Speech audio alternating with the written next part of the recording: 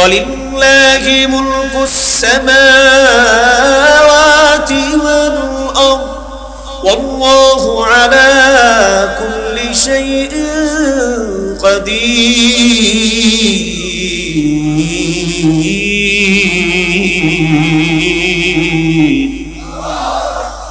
আসমান জমিনের মধ্যে সব কিছুর ক্ষমতার মালিক কে? জোরে বলো মুসলমান, ক্ষমতার মালিক একমাত্র কে? বাদশাদের ক্ষমতা চিরকাল থাকে না, উঠে আর নামে। কথা ঠিক কিনা? জোরে আওয়াজ করে বলো মুসলমান। ইমাম দীপ্ত কণ্ঠে আওয়াজ করতে হবে। আপনারা ভয় পাচ্ছেন মনে হয়, শঙ্কিত? হ্যাঁ, মুমিন তো আল্লাহকে ছাড়া কাউকে ভয় করবে না। কথা ঠিক কিনা? জোরে বলেন। এই টেম্পোরারি আওয়াজে তো শরীর থেকে বাঁশি উড়বে না। হ্যাঁ, এমন জোরে তাকবীর দিতে হবে, নাস্তিক বেঈমান ইসলাম বিদ্বেষী বদমাশগুলি যেন ভয়ে থরথর করে কাঁপতে কাঁপতে কাঁপতে কাঁপতে যেন ওরা বুড়িগঙ্গা ও পচা নদীর পানির মধ্যে পড়ে হাবুডুবু খাইয়া মারা যায়। কথা ঠিক না ঠিক? আমি মূল আলোচনায় ঢোকার আগে আপনাদেরকে একটু বুঝাবার জন্য বলি, আজকে গোটা পৃথিবীর সমস্ত কাফের মুশরিক বেঈমানরা এক কাতারে চলে এসেছে, একই প্ল্যাটফর্মে তারা উঠেছে। ওদের টার্গেট, ওদের কর্মসূচি একটাই, পৃথিবীর মানচিত্র থেকে ইসলাম মুসলমানদেরকে মুছিয়ে দিতে হবে। তাদের নাম নিশানা থাকবে না, মুসলমান রাখবে না, মুসলমান থাকবে না। কথা ঠিক কিনা? জোরে আওয়াজ করে বলেন। এই গভীর ষড়যন্ত্রের জাল ওরা বিস্তার করেছে গোটা বিশ্বব্যাপী। আপনারা দেখেন না সম্প্রতি ফিলিস্তিনের মুসলমানদের অবস্থা কত করুন। মুসলমানদের প্রথম কেবলাকে দখল করে সেখানে বিভিন্ন ধরনের ওদের সেই কার্যক্রম ওরা পরিচালনা করতে চায়। কিন্তু মুসলমান পৃথিবীর মধ্যে যদি একটা মুসলমানের বাচ্চাও জীবিত থাকে, রক্তের বিনিময় হলো ওদেরকে প্রতিহত করা হবে। ওই মুসলমানদের প্রথম কেবলা ওরা দখল করে নিতে পারবে না। কথা ঠিক কিনা? জোরে আওয়াজ করে বলো। ভাইরা আমার, আর ওদের এক নাম্বার টার্গেট হলো যে এই ফ্যাক্টরি থেকে মুফতি, মুহাদ্দিস, দ্বীনের খাঁটি দায়ী ইলাল্লাহ তৈরি হয়, মুজাহিদ তৈরি হয়, যেখান থেকে ইমাম খতিব তৈরি হয়, যেখান থেকে শাহ ওলিউল্লাহ মুহাদ্দিস দেহলভী রাহিমাহুল্লাহর মতো ওলি তৈরি হয়, মুহাদ্দিস তৈরি হয়, শাইখুল হাদিস তৈরি হয়, যেখান থেকে মানবতার কান্ডারি তৈরি হয়, যেখান থেকে হাফিজি হুজুর রাহিমাহুল্লাহর মতো মর্দে মুজাহিদ, দ্বীনের খাঁটি দায়ী তৈরি হয়, যেখান থেকে কুতুবুল আলম সৈয়দ ফজলুল করিম রাহিমাহুল্লাহ, পীর সাহেব চরমে রহমাতুল্লাহর মতো দ্বীনের মর্দে মুজাহিদ তৈরি হয়। এই ফ্যাক্টরিগুলি, এই মাদ্রাসাগুলি বন্ধ করে দেওয়ার পায় তারা ওরা করছে। আরো জোরে বলুন। কথা ঠিক কিনা? জোরে বলুন। ভাইরা আমার, ষড়যন্ত্র চালিয়ে যাচ্ছে, কিন্তু মুসলমান চোখ কান খোলা রেখে বরঞ্চ আগের চেয়ে এখন আরো বেশি কোরআনের মাহফিলে আসছে এবং মাদ্রাসা মসজিদের সহযোগিতায় আরো বেশি আগের চেয়ে এগিয়ে আসছে। ওরা বন্ধ করতে পারবে না, ওরা বন্ধ করতে পারবে না। বন্ধ করতে এসে ওরাই নিজেরাই বন্ধ হয়ে যাবে, স্টপ হয়ে যাবে।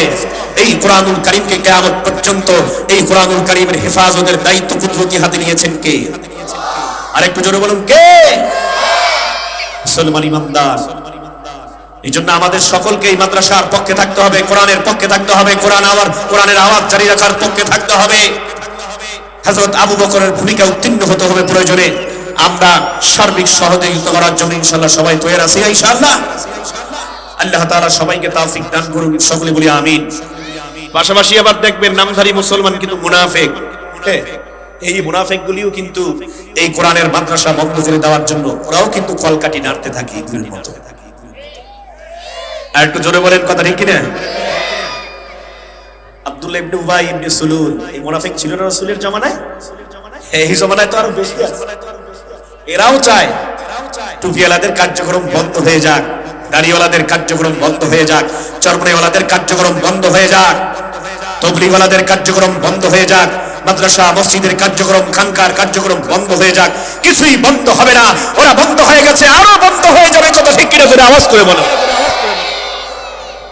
তবে মুসলমান আমাদেরকে ময়দানে সিংহের মতো আমাদেরকে গর্জন দিতে হবে। আওয়াজ যদি না করি আর যদি আমরা সবাই এক প্ল্যাটফর্মে না থাকি, তাহলে কিন্তু ওরা সুযোগ পেয়ে যাবে। কথা ঠিক কিনা জোরে বলেন। ইসলাম প্রতিষ্ঠার জন্য, দ্বীন প্রতিষ্ঠার জন্য, কোরআনের আওয়াজকে জারি রাখার জন্য, কোরআনের ইজ্জত সম্মান রক্ষা করার জন্য প্রয়োজনে সাহাবা সাইনদের মতো আমরাও বুকের তাজা রক্ত ঢেলে দিতে তৈরি করা। নারায়ে তাকবীর, নারায়ে তাকবীর। বসে তো জীবন দেয়া বসে থাকা নয়, সে কোনদিন আসবে না রে করো যদি ভয়। বিপ্লব সে তো জীবন দেয়া বসে থাকা নয়, সে কোনদিন আসবে না রে করো যদি ভয়। আসবে বিজয় রক্ত আর জীবনের বিনিময়, আসবে বিজয় রক্ত আর জীবনের বিনিময়। বিপ্লব সে তো জীবন দেয়া বসে থাকা নয়, সে কোনদিন আসবে না রে করো যদি ভয়। কথা ঠিক কিনা? লড়াইয়ের এই ময়দানেতে যেতে তোমাকে হবে, প্রয়োজনে সব রক্তটুকু জমিনেই ঢেলে দিবে। লড়াইয়ের ওই ময়দানেতে যেতে তোমাকে হবে, প্রয়োজনে সব রক্তটুকু জমিনেই ঢেলে দিবে। তবু তোমার লড়তেই হবে, মানিবে না পরাজয়। তবু তোমার লড়তেই হবে, মানিবে না পরাজয়। বিপ্লব সে তো জীবন দেয়া বসে থাকা নয়, ওরে সে কোনদিন আসবে না রে করো যদি ভয়। বিপ্লব সে তো জীবন দেয়া বসে থাকা নয়, সে কোনদিন আসবে না রে করো যদি ভয়। আসবে বিজয় রক্ত আর জীবনের বিনিময়, আসবে বিজয় রক্ত আর জীবনের বিনিময়। বিপ্লব সে তো জীবন দেয়া বসে থাকা নয়, সে কোনদিন আসবে না রে করো যদি ভয়। কোথা থেকে কোন ভিন দেশে শকুন আমার দেশে এসে, সেবার নামে বসলো জুড়ে মীর জাফরের ভেসে। কোন মীর জাফরের রাস্তারা, নাস্তিক বেঈমানদের রাস্তারা বাংলার জমিনে হবে না। কথা ঠিক কিনা? প্রয়োজনে আবার একটা যুদ্ধ হবে, এর যুদ্ধের নেতৃত্ব দিবেন। এর যুদ্ধটা হবে নাস্তিক খেদাও আন্দোলনের যুদ্ধ। কথা ঠিক কিনা? নাস্তিকের আস্তানা, নাস্তিকের আস্তানা এ বাংলায় হবে না। কথা ঠিক কিনা? নাস্তিকদের তারাবার জন্য, নাস্তিকদেরকে বাংলার জমিন থেকে খড়কুটার মতো বঙ্গোপসাগরে ভাসিয়ে দেওয়ার জন্য প্রয়োজনে আরেকটা যুদ্ধ হবে। এই যুদ্ধের নেতৃত্ব দিবেন বাংলার বর্তমান জিন্দা শাহজালাল পীর সাহেব চরমনাই। কথা ঠিক কিনা? এই যুদ্ধের নেতৃত্ব দিবেন আল্লামা মুফতি মাহমুদুল হক দামাত বারকাতুহু। এই যুদ্ধের নেতৃত্ব দিবেন আল্লামা মুফতি ফাইজুল করিম সাহেব চরমনাই, চরমনাই। কথা ঠিক কিনা? নেতৃত্ব দিবেন আহলে হক ওলামায়ে কেরাম, তোলাবা, নাগরিক, যুব সমাজ। কথা ঠিক কিনা ধরে আওয়াজ করে বলো। কোথা থেকে কোন ভিন দেশে শকুন আমার দেশে এসে, সীমার নামে বসলো জুড়ে মীর জাফরের বেশে। ওদের করতে নাস্ত নাবুদ, ওদের করতে নাস্ত নাবুদ হতে হবে নির্ভয়। বিপ্লব সে তো জীবন দেয়া বসে থাকা নয়, ওরে সে কোনদিন আসবে না রে করো যদি ভয়। বিপ্লব সে তো জীবন দেয়া বসে থাকা নয়, ওরে সে কোনদিন আসবে না রে করো যদি ভয়। আসবে বিজয় রক্ত আর জীবনের বিনিময়, আসবে বিজয় রক্ত আর জীবনের বিনিময়। বিপ্লব সে তো জীবন দেয়া বসে থাকা নয়, সে কোনদিন আসবে না রে করো যদি ভয়। কথা ঠিক কিনা? মুসলমান বাকের জাতি, মুসলমান শিখের জাতি, মুসলমান একমাত্র ভয় করবে কাকে? আর জোরে কোন মুসলমান আমরা ভয় করবো কাকে? মুসলমান ইমানদার ভালো করে মনে রাখতে হবে। আল্লাহ রাব্বুল আলামিন সূরা বাকারা শুরুতে বলবেন, সবাই আমার সাথে পড়েন, বিসমিল্লাহির রাহমানির রাহিম। আলিফ লাম মিম। যালিকাল কিতাবু লা রাইবা ফীহি হুদাল লিলমুত্তাকিন।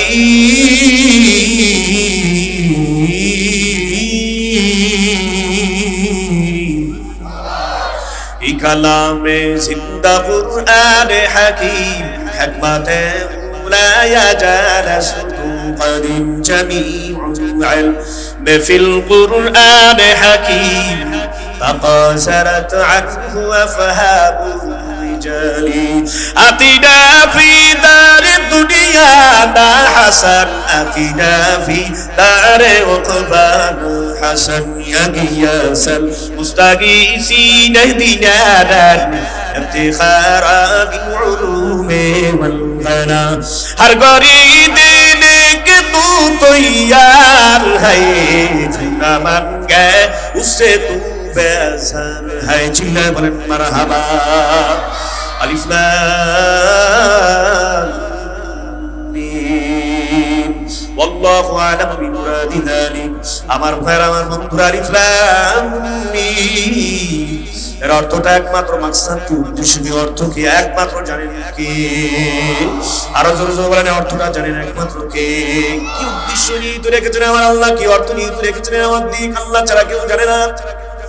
আবার কোন কোন মুফাসসিরিনগণ বলেছেন আলিফে আল্লাহ, মিমে মুহাম্মদ। জোরে জোরে বলেন আল্লাহু আকবার। যালিকাল কিতাবু লা রাইবা ফীহ, এই কিতাব এমন এক কিতাব যার মধ্যে কোনো সন্দেহ নাই। জোরে জোরে কোন সুবহানাল্লাহ। শুধু সন্দেহ তো দূরের কথা, সন্দেহের কোনো অবকাশ নাই। এই কিতাব আমাদেরকে দান করেছেন একমাত্র কে? আপনার বান্দা, শোনেন মালিকের পর কি বলতেছেন, যালিকাল কিতাবু লা রাইবা ফীহি হুদাল লিল মুত্তাকিন। এই কিতাব তাদেরকে হেদায়েত দান করবে যারা মুত্তাকিন। মুত্তাকিন যারা হবে তাদেরকে কিতাব হেদায়েত দান করবে। ঘোষণা দিলেন একমাত্র কে? আরো জোরে আওয়াজ করে বলেন, কেবল 50% হইল? 100 বলেন, 100 আওয়াজ করে বলেন। এ মুসলমান ইমানদার, এবারে আসেন মুত্তাকিন নিয়ে সংক্ষিপ্ত কিছু আলোচনা করব। মুত্তাকিন যারা হবে, যাদের অন্তরে আল্লাহর ভয় থাকবে, তাদেরকে বলা হয় মুত্তাকিন। মুত্তাকিনদেরকে এই কিতাব হেদায়েত দান করবেন। যাদের অন্তরে আমার মালিক আমার আল্লাহর ভয় থাকবে না, তাদেরকে এই কিতাব হেদায়েত দান করবে না। কথা ঠিক কিনা? এ মুসলমান ইমানদার, যেই ভয় অন্তরে থাকে ওই ভয়টাকে বলা হয় তাকওয়া। তাকওয়া কাকে বলা হয়? যার ভয়টা অন্তরে থাকে তাকে বলা হয় তাকওয়া। যাদের অন্তরে এই ভয়টা থাকে তাদেরকে বলা হয় মুত্তাকিন। আপনি অন্তরে ভয় রাখছেন, এই ভয়টাকে বলা হয় তাকওয়া। বাম স্তনের 2 আঙ্গুল নিচে এক টুকরা গোশত, ওই গোশতের টুকরার নাম কাল। আমার ভাইয়েরা, অন্তরের ভিতরে এই ভয়, এই ভয়টাকে বলা হয় তাকওয়া। আর আমরা এই ভয়টাকে ধারণ করি, আমাদেরকে বলা হবে মুত্তাকিন। জোরে জোরে কোন সুবহানাল্লাহ। মুত্তাকিন গোলামের বহুত বড় দাম, বহুত বড় দাম। আল্লাহু আকবার। মুত্তাকিনদের জন্য সুসংবাদটা কি? আল্লাহ রাব্বুল আলামিন অন্য সূরার মধ্যে জানায়া দেন, ওয়া উযলিফাতিল জান্নাতু লিল মুত্তাকিন।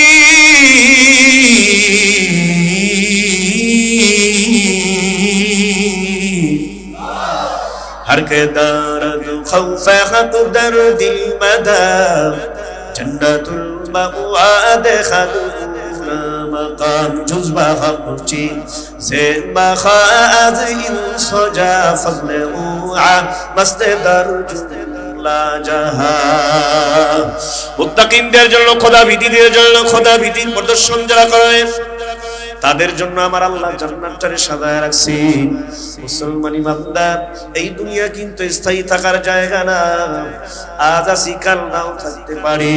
ইতিমধ্যেই তো অনেকে বিদায় নিয়ে কবরে, একটা দিন আসবে আপনার আমার কিন্তু বিদায় হয়ে কবরে যাওয়া লাগবে রে মুসাফির। কবর হবে কিন্তু আসল ঠিকানা। কিতাবের মধ্যে আসছে 40,000 বছর পর্যন্ত কবরে ঘুমায় থাকা লাগবে।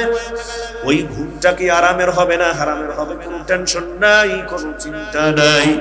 সাধারণ শুধু সারা দিন রাত 24 ঘন্টা 24 আওয়ার দুনিয়ার চিন্তা, দুনিয়ার ফিকির, দুনিয়ার ঘর বাড়ি, লোভ লালসা, দুনিয়ার ক্ষমতা, টাকা পয়সা, মান সম্মান, প্রতিপত্তির লোভ অন্তরে কাজ করে। বাড়ি একটা আছে ঢাকা শহরে, আর একটা কিভাবে হবে এই চিন্তা দিয়ে কাটায় দেয়। কথা ঠিক কিনা? কোটি টাকা আছে, কিভাবে 2 কোটি টাকা হবে এই চিন্তা। পোস্ট পজিশন একটা আছে, দ্বিতীয় আরেকটা কিভাবে লাগবে, কিভাবে করতে পারি, ব্যবস্থা কেমনে হবে। এর আল্লাহর বান্দা সারাদিন শুধু দুনিয়া দুনিয়া দুনিয়া, আখিরাতের কোনো ফিকির নাই। চক্ষু 2খানা বন্ধ হওয়ার পর নিথর দেহটা মাটির জমিনে পড়ে থাকবে, খালি হাতে বিদায় হয়ে কবরে যাওয়া লাগবে। কবরের ঘুমটা কি আরামের হবে না হারামের হবে চিন্তা নাই। হাসরের ময়দানে ওঠার পর আমলনামা যদি ডান হাতে না পড়া বাম হাতে পড়ে যায়, ওই গুনাহগার নাফরমান বদমাশ বেনামাজি সুদখোর ঘুষখোর আলেম বিদ্বেষী আমলনামা বাম হাতে পড়ার কারণে পৌঁছিরাতের পুলটা পার হইতে গিয়া কেটে কেটে কেটে কেটে জাহান্নামের আগুনের মধ্যে ঘুরি ঘুরি ঘুরি পুড়ে যাবে। আরে কবর পথের পথি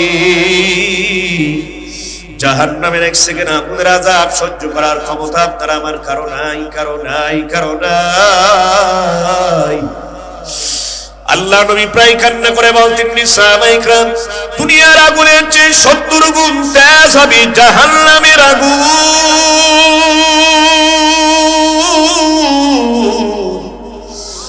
এক সেকেন্ড জাহান্নামের আগুনের আযাব সহ্য করার ক্ষমতা কিন্তু আপনার আমার কারো নাই। এ মুসাফিরের দলেরা, কবর পথের পথিক আমার ভাইরা, এই জন্য অনুরোধ করে বলবো, আপনার কাছে অনেকের কাম ধরো, আমার মালিক আমার মাওলার জন্য পাগল হয়,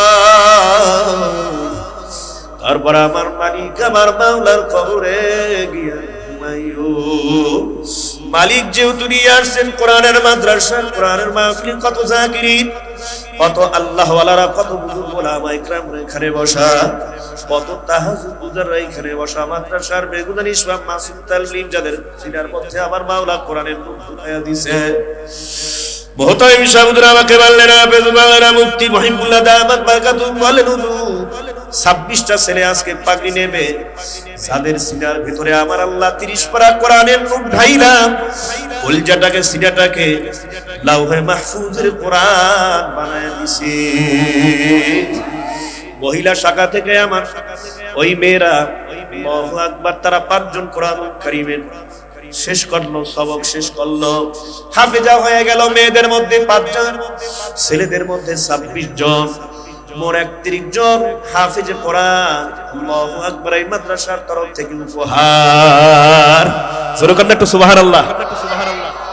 আমার ভাইয়েরা, আমার বন্ধুরা, এই জন্য এই তাকওয়া নামক গুণ আমাদের অর্জন করতে হবে। বলে হুজুর কিভাবে অর্জন করব? ঘরে বসে থাকা অর্জন করা যাবে না, বসে থাকলে অর্জন হবে না। এই তাকওয়া নামক গুণ কিভাবে অর্জন করবা মুসাফির? আমার মালিক সূরা তাওবার 119 নম্বর আয়াতের মধ্যে জানাইয়া দেন, ইয়া আইয়ুহাল্লাযীনা আমানুত্তাকুল্লাহ ওয়া কুনু মা'আস সাদিকিন।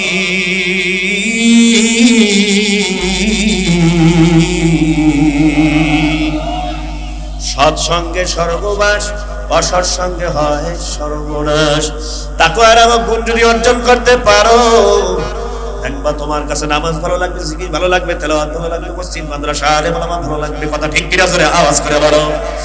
আরে মুসলমান ইমানদার, এই তাকওয়া নামক খোদাবিধি গুণ কিভাবে অর্জন হবে আমার আল্লাহ জানায়া দেন। বান্দা, যারা আমার উপরে ঈমান আনছো, কুনু মা'আস সাদিকিন, তোমরা নেককারদের সঙ্গী হয়ে যাও, নামাজীদের সঙ্গী হয়ে যাও, আল্লাহওয়ালাদের সঙ্গী হয়ে যাও, দিনদারদের সঙ্গী হয়ে যাও, জাকিরিনদের সঙ্গী হও। জোরে জোরে কোন সুবহানাল্লাহ। আল্লাহওয়ালা বুজুর্গ হক্কানি উলামায়ে কেরাম ছাড়া, আল্লাহওয়ালা ছাড়া, নামাজি দিনদার পরেজগার জাকিরিন ছাড়া যদি তুমি নামাজ পড়ো, তাকওয়া নামক গুণ অর্জন হবে না। কথা ঠিক কিনা? জোরে বলেন। সুহবতে সালেহ তোরা সালেকুনা, সোহবতে তাহলে তোরা তালেকুনাত এক জামানা, সোহবতে বা আউলিয়া হেদারাজ সাদ সালে তাআল বেরিয়া।